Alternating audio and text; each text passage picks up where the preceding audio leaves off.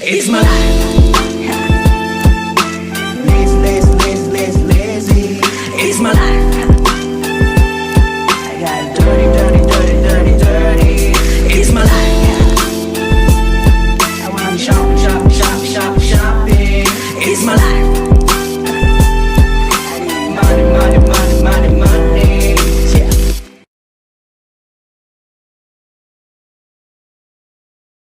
And supporting Miss Smiley's World. And I want y'all to kind of introduce y'all own self because I know y'all from different, perspectives, but I don't know everything that y'all do. So, starting with you, introduce yourself, and then we'll go with you, Josh. Stefan Jones, a resident of the Cedar Grove community, lifelong resident of Shreveport and Cedar Grove, currently serving as a Cattle Parish Commissioner since 2021, and I enjoy that role. It gives me an opportunity to get out in the community and visit with my neighbors and find out what's going on and find ways to how I can bring solutions to that. I also have the pleasure of serving as pastor of the New Morning Glory Baptist Church in Mansfield. So those two are my biggest ministries. I enjoy doing that. That is awesome. Hello, I'm Josh Davis, Shreveport, one of Shreveport's brightest sons. I was living in New Orleans for 20 years, worked in hospice, home health, behavioral health care field, registered expert, non-clinical professional in the hospice industry. Retired now, moved up to Shreveport, working in community, Lamplighters, Omega Psi Beat the Street program. I'm currently in school at LSUS, getting a master's in health administration, with heavy into politics and working in the community to try to make Shreveport better, brighter, and stronger. Awesome. And y'all know me, I go by Miss Smiley when I'm on this platform, just because it just allows me to be myself, and I do a lot. I do mostly community advocacy.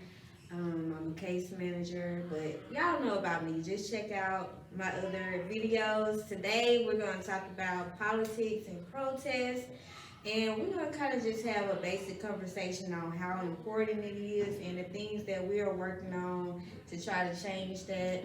And also, like, any information that y'all may not know, we're going to try to push that out. We're going to try to get resources out to you guys, and hopefully it'll help you and your family out. So, starting with you, Josh, you say you do a lot of community advocacy work, and you already are in like the mental health field and things like that. So tell me how those two things are important to like kind of join together and have in our community. Well, mental health right now, is at the forefront of things that we need to correct in our community and others. That is a key element to a lot of the violence, disruption, and a lot of the actions that young people and older people take in our community.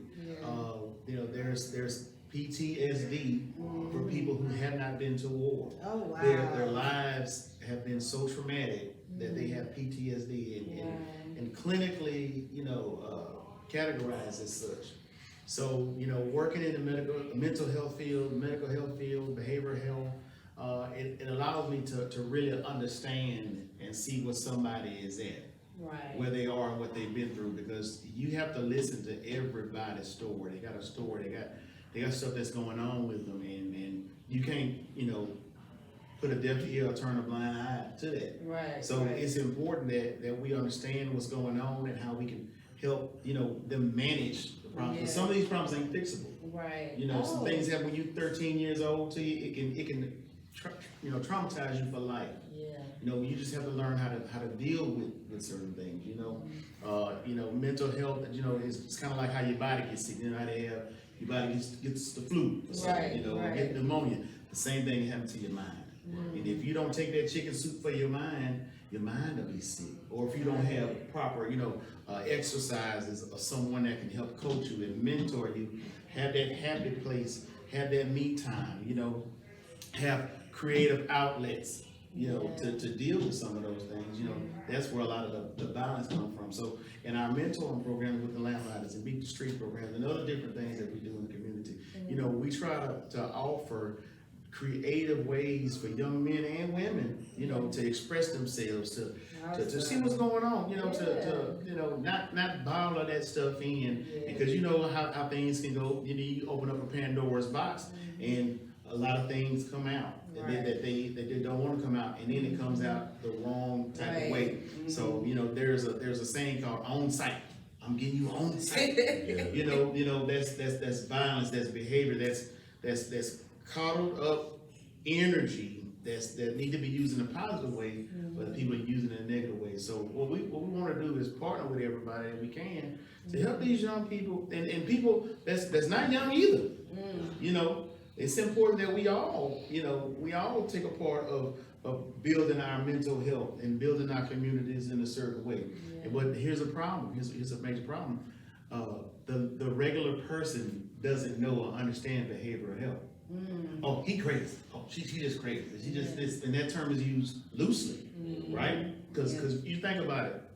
If you're not medically trained, you can't deal with anything medical. Right. If you're not trained as a police officer, you can't police nobody. Right. You know, it's the same thing. So we have to do a better job overall, and just understand, listen, having resources, having open dialogue and discussion like this to go to a website and just try to help and understand and divert some of that negative energy, negative attention, negative actions into positive. Because I'm gonna tell you like this, you know how things can spiral down, they can also spiral good if we just put it in the right direction. That's good. That's good. So, Stephanie, you do your two ministries is the commission and pastoring. Well, that's two of the men. There's two other main ones, but he does do. They want to spend too much time on the intro. Yeah. But tell me how, like, being in the ministry and also being in politics, tell me how you balance that. It definitely takes a lot of time management. I can't stay everywhere too long, although I'd like to. I'm called on to be a lot of places sometimes at the same time. And so I have to kind of find a happy medium, so to speak, to make sure that I don't neglect anyone, because everybody wants you at their event. And so you have to try to get, so many places. But with ministry, that's my first calling. That's what I was called to do before I was ever appointed, then elected to the commission. And so I always make sure that takes first priority. And it never really stops, because I never stop being a pastor. It's just when I'm dealing with politics, I have to find a way to make sure I balance church and state, but I continue to be the person that I am. So the ministry or the Christ in me, people still see that. So I use that as my guide to govern. So I'm going to be a consistent person, and that allows me to vote and govern with my own conscience. So I'm not like a person that you can manipulate or buy or persuade. I'm going to look at the facts. I'm going to look at how this affects God's people, and that is how I govern. If it doesn't make sense, whether it's Republican or Democrat, I'm not going to vote for it, because it's not effective for everybody. Right. If it's something that's going to be effective for everybody, then I'm willing to support it. I'm not into, all the black, white stuff. I'm in what's right. And a lot of times in politics, things have gotten so far left and right that there's really nobody left in the middle. It's either you believe what's way over here, you believe what's way over here. And so they can become kind of difficult when you're not balanced and grounded in your beliefs. And so just as that works in politics, it works the same way in the church. People want what they want. This side of the church want drums, this side of the church don't. And you have to find a way to get everybody to understand how this works for everybody. And so those things to me kind of go hand in hand, having to deal with personalities of different people. That's what you deal with as a pastor. And I think just me being a person who loves to be around people and help people, it was kind of like a seamless transition to go from pastor into being in the commission, because I've been in church meetings, I've been around people who have different type of opinions than I do. And that's okay, because they have their own minds, they can think for themselves. Right. And many times we fail to learn to respect that out of people, because we want people to always agree with us. Right. And that's just not the reality of it, And I used to be very argumentative as a teenager because I thought that way. If you didn't agree with me, you're wrong, and that's the end of you're against me. And that's just not the case. But as I grew older, I began to see that there are different perspectives to things. And so there are 12 of us on the commission, so you have 12 different people who have 12 different perspectives. And it's a beautiful thing that if you take the time to listen and hear what everyone is saying, you can get to an agreement because now you're listening from their point of view, and it may bring something to your attention that you didn't consider. And so I love the opportunity to be able to serve in both of those ministries amongst other things that I do within the community. But I just learned that as I got older to be able to find the balance, to be able to govern the people of Caddo and the District 6, Hollywood, Cedar Grove, Hyde Park, what have you, to be able to govern that because not even those areas have the same issues. Cedar Grove and Hollywood have similar issues that Hyde Park will never complain about. You won't really hear Hyde Park complain about shooting on a regular basis, but they may complain about their park not being up to date. Versus Cedar Grove and Hollywood, not worried about the park being good. They have updated recreational centers, but they probably would like to hear less shooting. So you have to be able to serve the entire community. And so here again, the pastoring, everybody has a different issue. And so I think they kind of prepared me. I had run before and didn't win my elections, and I'm grateful for how it all played out because I began to pastor first. Then I was appointed to the commission. And so it gave me an opportunity to see how leadership works when you have to deal with an array of opinions. And so it put me in a place where I was able to be successful so far on both sides because I'm willing to open up and listen. Awesome. So we ran together, but while running, it was kind of like, it was a fast kind of like thing that happened, and we didn't have a lot of time. So I kind of remember some of the things you stood for: criminal justice, education, and getting the crime down. Right. So those are some of the things you're still working on, right? Absolutely. I was blessed to be able to be appointed to the Juvenile Justice Committee. And I definitely love doing that. I have a heart for the children. It's interesting that he's here with Lamplighters. They didn't have Lamplighters when I was a teenager, but Roe Omega used to always do things in the community with us, with Dr. Willie McPherson, Fred Moss, Ken Thomas, these guys, Carl Stewart, they were friends of my older brother. And Dr. McPherson was my math teacher, He was mine too. Yeah, so Fred Moss, just kind of raised me up after those guys brought me to him. We would do like talent shows every year, and just other stuff that allowed me to be able to be mentored by men in the community. And so being able to get on juvenile justice, it helps me and helps, I think, our entire parish see a different perspective of ways that we can prevent crime with our young people. Primarily because that's where the crime has been happening, mostly with young black males. And so I think, we have programs in place that have worked, but we also need to reassess the programs that are no longer effective, and it's just not getting to the children. And maybe get more of these guys, kind of like Compassion for Lives. They bring in guys who have been in prison, who have gone through that, so that they can give a firsthand testimony as to what can happen if you decide to leave that life alone and get right, And so I think more things like that, more visitations from people who have actually lived that life would be more effective than, someone like me. Although I grew up in Pine Valley, my mom went the extra mile to make sure I didn't follow down a certain path. So I can never say I know what this life is about because I didn't live that life. I was blessed to have a mother, although I looked at her being hard on me and, mean at that time. When I became a man, I told my mom, I apologize and I appreciate everything you did because I see what you were doing now. And so not every young man has that opportunity to be protected. Not that the mother doesn't love them. She may be working 2 or 3 jobs, or she may not be able to help him with his homework because she didn't finish school. She's doing the best that she can.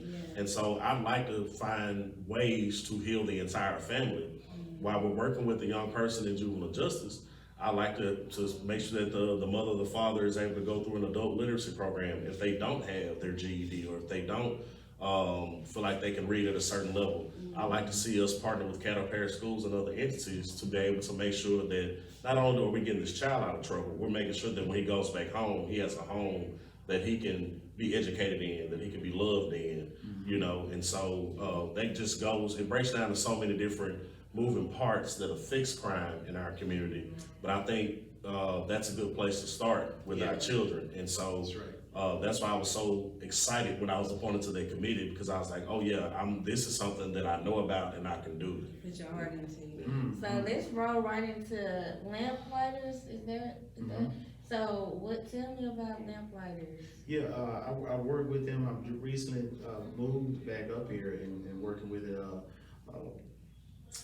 Myron Harris is over at Omega, and it's a basically a system that we provide learning, teaching, academics, mathematics, mentoring. You know, we teach them how to be men, quote unquote. You know, fixing on stuff, shining shoes. You know, changing his tire. You know, making sure that education is a top priority.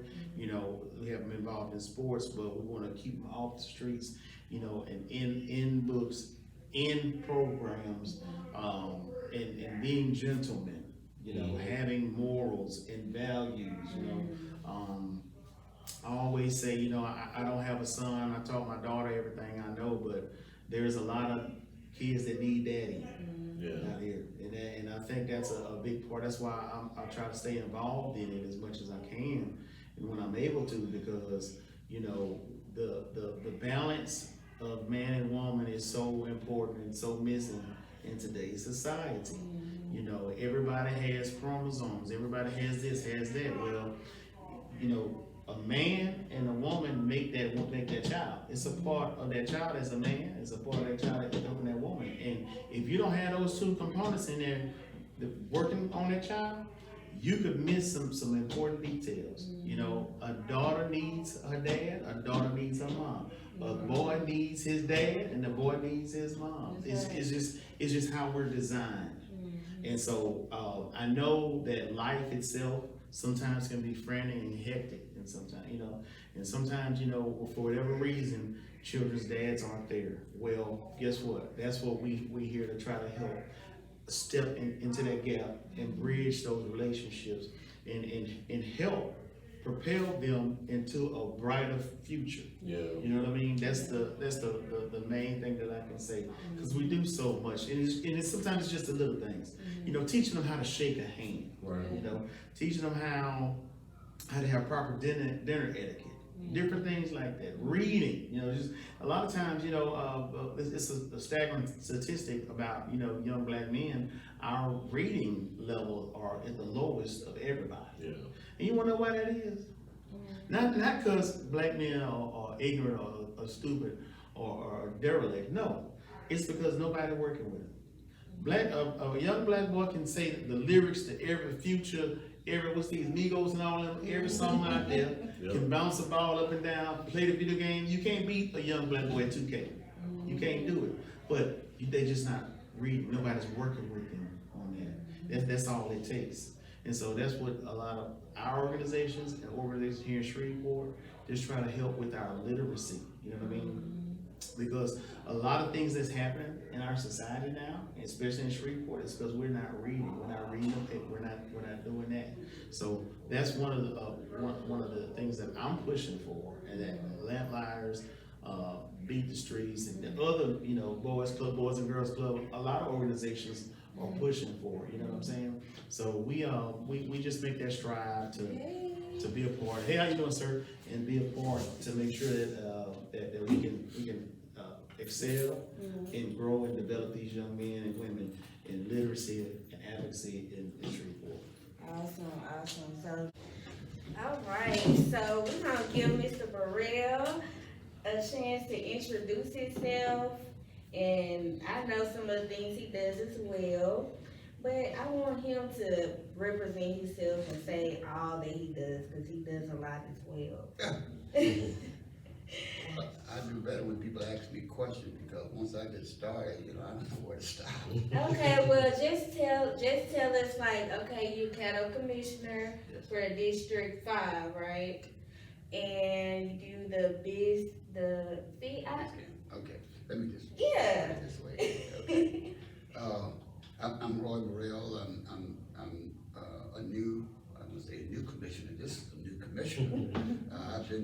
3 years, but former city councilman for 8 years and 12 years as a state representative, and come full circle back to the commission, Yeah. back to local government, which I like better than state government, to be I was honest. gonna ask you that. Yeah, Okay. and I guess I've been involved with a lot of different things over the years, from community organizing to community redevelopment, to developing programs for youngsters, especially like you said, our BizCap program, which is an entrepreneurship program where I saw a need for black business development. And I've worked with businesses, grown-up businesses, but I find that it's more interesting to deal with young people and teach them how to create and start their own business from a fresh idea, because like the adage say, sometimes you can't teach old dogs new tricks. So you can teach new dogs tricks, and it'll retain, and they'll have it for a lifetime. And I've raised funds to send them free of charge for 22 years now, Wow. where the parents don't have to pay a cent. And that's my pride and joy. Awesome. So we were just speaking about a lamplighter, am I saying it right? And Beat the Streets. And we were speaking about the different programs that we, advocate for and participate in to get the youth involved. So I wanna know, like, what's some other things that we can do to, like, get them interested in politics and voting? Voter registration drives have always been the #1 program. In that way, young people, you can get them out in the street, they can go door to door. They need to be monitored, but it gives them a sense of purpose. And they'll understand when they're out there, the importance, the civic responsibility that they have to get their people registered to vote. What I tell people all the time, there are only 2 things that's really equal in America. That is your vote and your dollar. Those are the 2 things that will make or break a society or a community. We've gotten, and in our community, both of them, to me, are broken.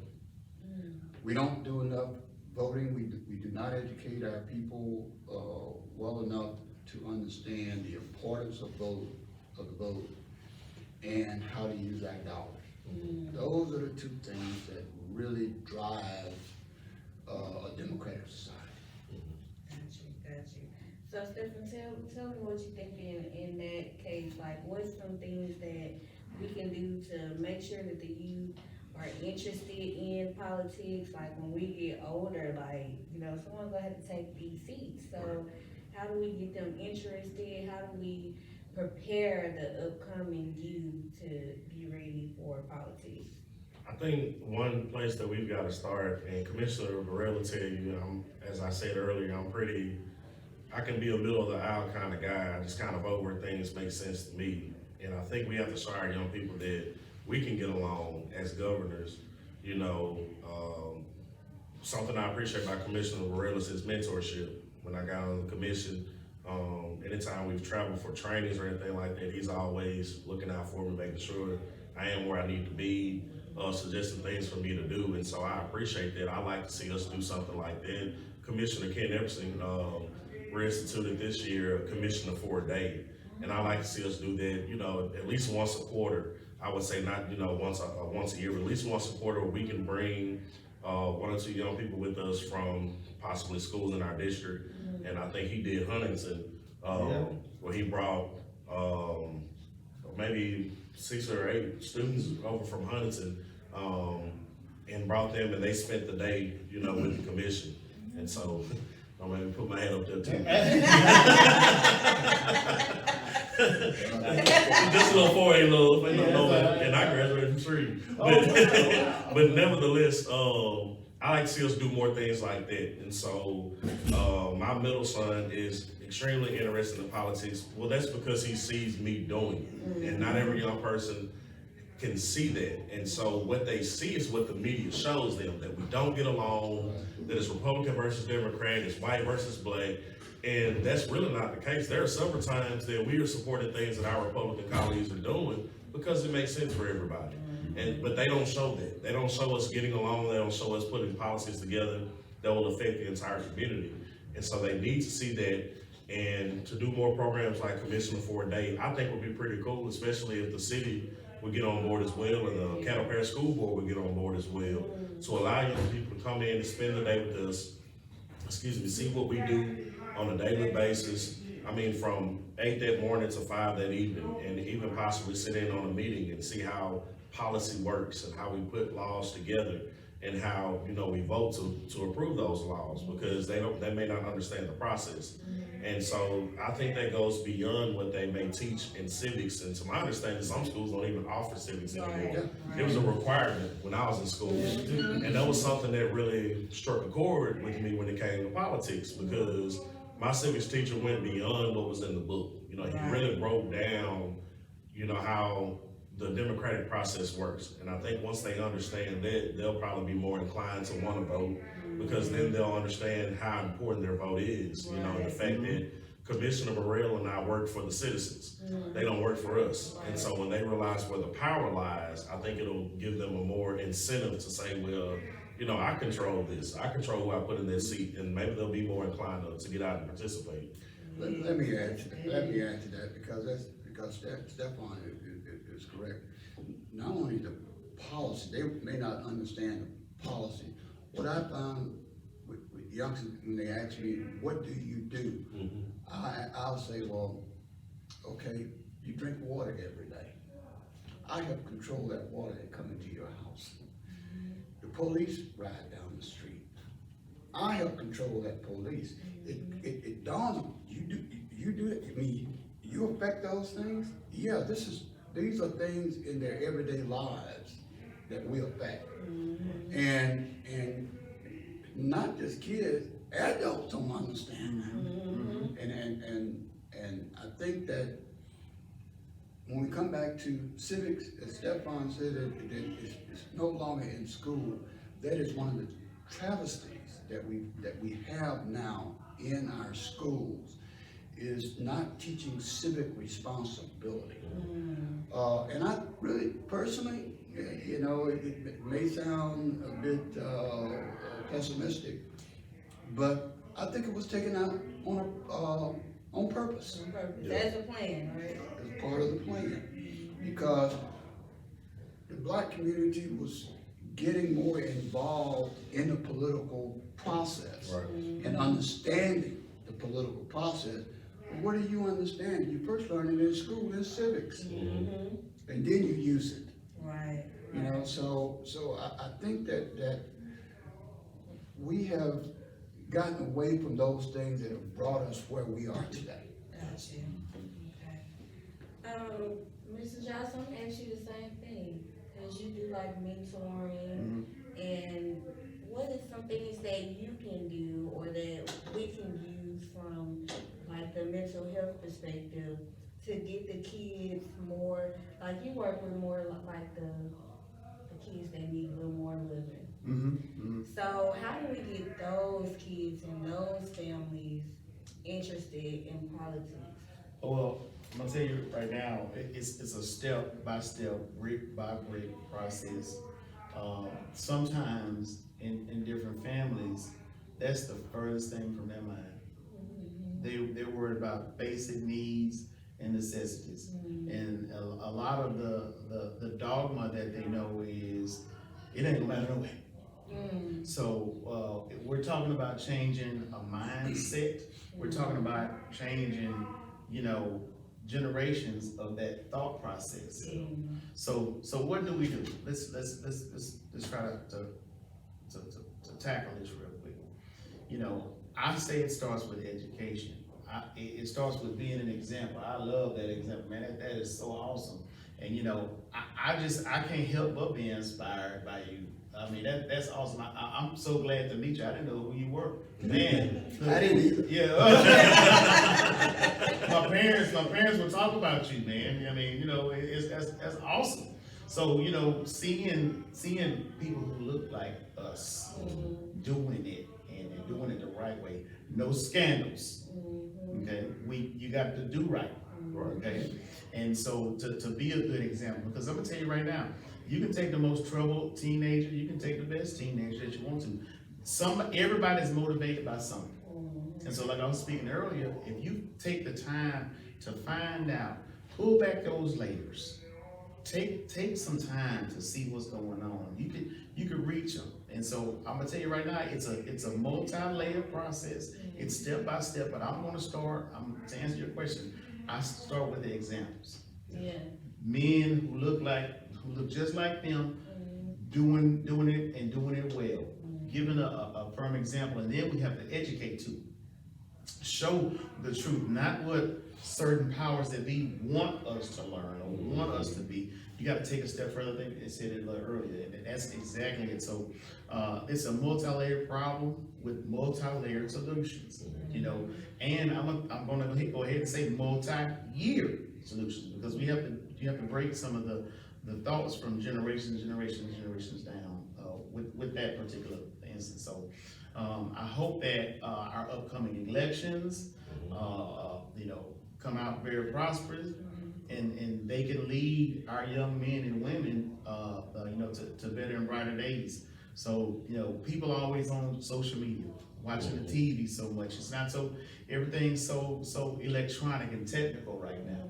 Back in the days, you know, it was more tactile, if you will. You had to go see somebody. You know, you were talking on the phone instead of texting. We didn't have texting and all that. You know, Right. paging was relatively new, and so now. Give your age away now. Right.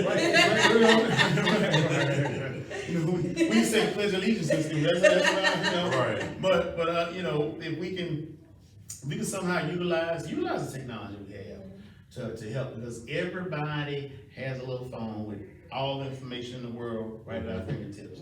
We have to be able to try to use it to our advantage and to the advantage of our young people. This is good. So I want y'all to give me two things.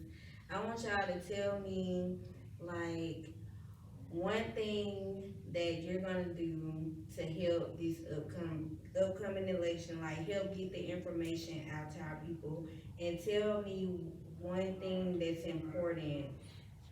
Tell me two things that's important about this November 8th election. Starting with Mr. Burrell. So tell me how you're gonna help the election by getting information and resources out, and then tell me two things that are really important this election. Well, if you want to talk about younger people, although more people my age are getting involved in the social media, but I caution you about that. Because on social media, there's so much misinformation that's out there. That is the reason why. Your name again, I'm sorry? Josh Davis. Mr. Davis, when he made the statement earlier that we used to pick up the phone and call, you know who you was talking to. On social media, you really don't know who you're talking to. Right. And you don't know whether or not that is correct information. We've gotten lazy. Social media has made us lazy. We used to talk to each other. Yeah. And we would sit there and reason with each other. Now we use a source called social media, where we sit there and take stabs at each other and create all kind of havoc. It's good, but it's like anything else. It's how you use it. So I think that is so important. The other thing that, in which I'm going to use it, because it gets to more people, and especially to more young people. But I want to put good, solid information out there where they can make some decisions. The second thing is that we will use our examples. this election for November is probably one of the most critical elections that we're gonna have before the presidential election, which is in 2024. Stefan was talking about Republicans, Democrats. I've lived long enough to see where there have been in the past good relationships between parties, political parties. Now it is so toxic in many cases that you don't know whether you're Republican, the Republican that you're dealing with is a Donald Trump Republican, which is a very right-wing, anti-democratic, I hate to use the term racist, but they are. And they call them now MAGA Republican, Make America Great Again Republican. That is different from many of my Republican friends that I have worked with over the years that will support some of the things and policies that I put forth. Now, many of them will not touch it. I'll give you a perfect example, and then I'm gonna let you go. When I was in the state legislature, me and my Republican colleagues, I'm Democrat, my Republican colleague will fight all day, go and party together and eat at night. When Governor Jindal came in from Washington, because there was so much division up there in Washington, when he came, he basically gave them instruction that if you work with Democrats, then they will alienate you from the party. They divided it. We stopped eating, we stopped talking, all these things. Those are the type of politics that we have in many cases today. That is the reason why November, in the November election, is going to be a midterm election. Normally, the party that's in power right now, which is Democrats, normally lose a lot of seats. But pray the Lord, if we don't keep that majority in Congress, we're going to be in a hell of a shape. Excuse me, Pastor, but we're going to be in a hell of a shape, because if the mega Republicans get control, you're going to see years and years of progress reversed. Voting rights, educational opportunity, business, economic opportunity, and most of it is geared toward minorities. Now let's just lay it out the way it is. That's the way it is, and we're gonna have to understand that in the midterm election, party matters. Maybe when things change after this, it may change, but right now, everything is so toxic and everything is anti-minority as I view it nationally. Case in point, the Secretary of State's offices, if the mega Republicans control that, you can vote and they will reverse your vote. Yes, that's what's out there. They have the power to control the voting at the Secretary of State level. And you better listen to some national news. All of this is every day, it's on the news. And they are going to reverse a lot of the voting strength that minorities have. And that is the #1 goal right now with the mega Trump Republicans. And take my word for it. Yeah. All right, Stephanie, Scary. give me 2 things that are important in this election. Well, one is that we have a high voter turnout. And so something that my team and I are doing, we're gonna do a voter registration drive first weekend in October. Okay. Kind of want to get everybody through the beginning of football season, but the first weekend in October, we're just gonna do one last push to try to get as many people registered to vote.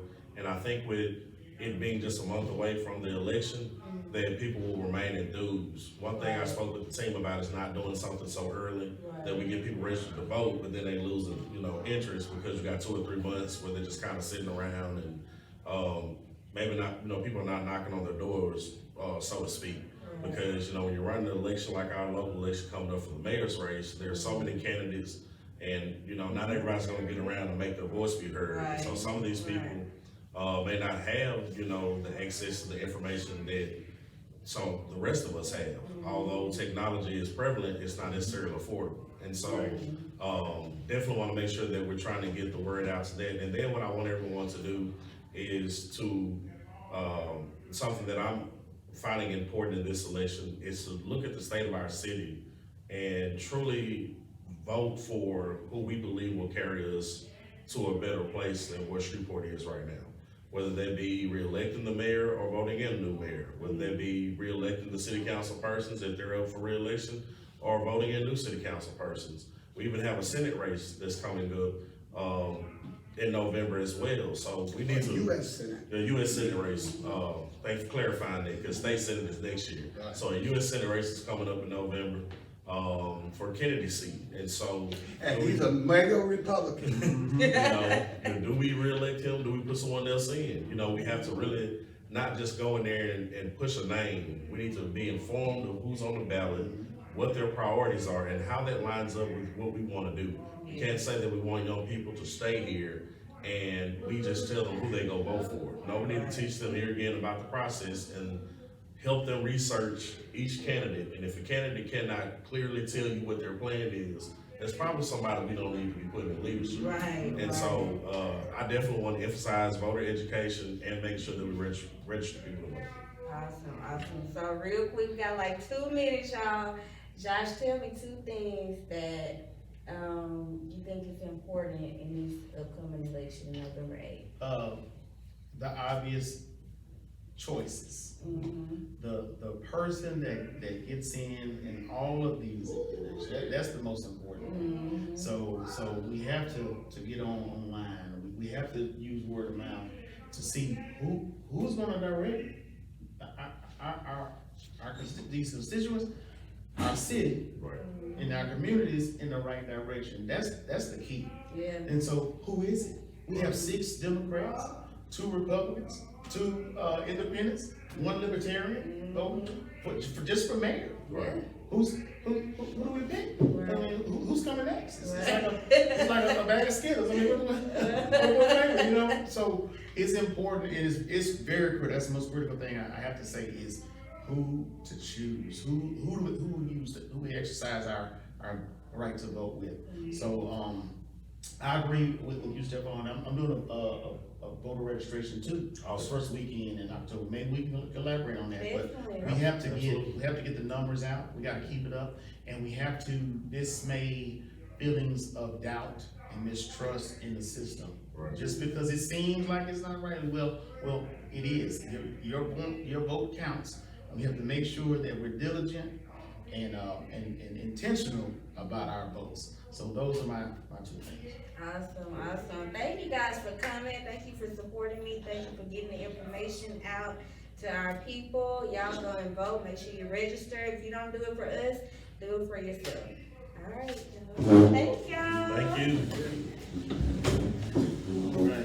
That was so good. It was. It's my life.